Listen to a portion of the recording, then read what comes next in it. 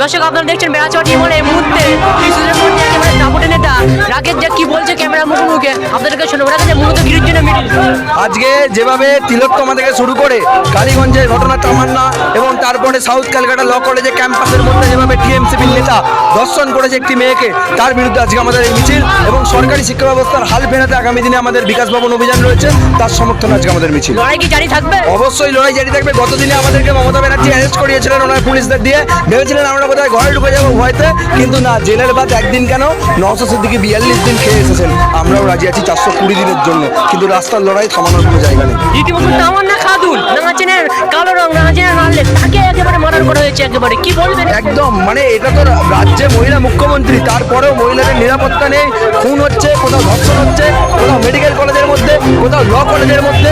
আমরা এর তীব্র ধিক্কার জানাই, নিন্দা জানাই।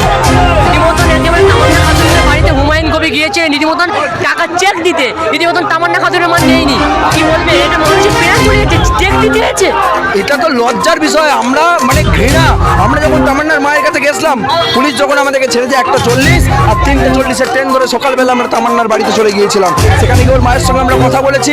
ওর মা বলছেন আমি তখন কি করবো, আমার মাথা কাজ করছে না, আমার মাথায় রক্ত উঠে গেছে যে আমার মেয়ে চলে গেছে, যাকে আমি মেয়ে ছেলে দুটোই ভাবতাম, আমার একমাত্র সন্তান, সে আজকে চলে গেল। আজকে তারপর তিনি টাকা দিতে এসেছেন। এটা মমতা ব্যানার্জির লজ্জা হওয়া উচিত, তৃণমূল কংগ্রেসের লজ্জা হওয়া উচিত। এই ঘটনার পরে যদি লজ্জা না হয়, তাহলে জানবেন তৃণমূল কংগ্রেসের লজ্জা বলে জিনিসটাই নেই। একেবারে তৃণমূল কংগ্রেসের যিনি একেবারে উপনির্বাচনে জিতেছেন তিনি এমএলএ একেবারে আনিস আহমেদ, তার একেবারে দেখা নেই। কি বলবেন? তার দেখা নেই, মমতা ব্যানার্জিও গেলেন না। ওই যে মহিলা ছিলেন ওখানে বিধায়িকা হয়েছে, তার তো শপথ গ্রহণ করার আমার মনে হয় কোনো রাইট নেই, তার ইস্তফা দেওয়া দরকার ওই পদ থেকে, কিন্তু তিনি এখন ইস্তফা দেননি। এটাই আমাদের কাছে আজকে লজ্জা। আজকে বিধায়িকা জিতেছেন, বিজয় উল্লাস একটা 9 বছরের মেয়ে, লাখপুরের মেয়ে, তার প্রাণ চলে যাবে। এটা কোন বাংলায় আজকে আমরা বাস করছি? আমাদের প্রত্যেকটা বাঙালির ভাবা উচিত, বাংলাভাষী প্রত্যেকটা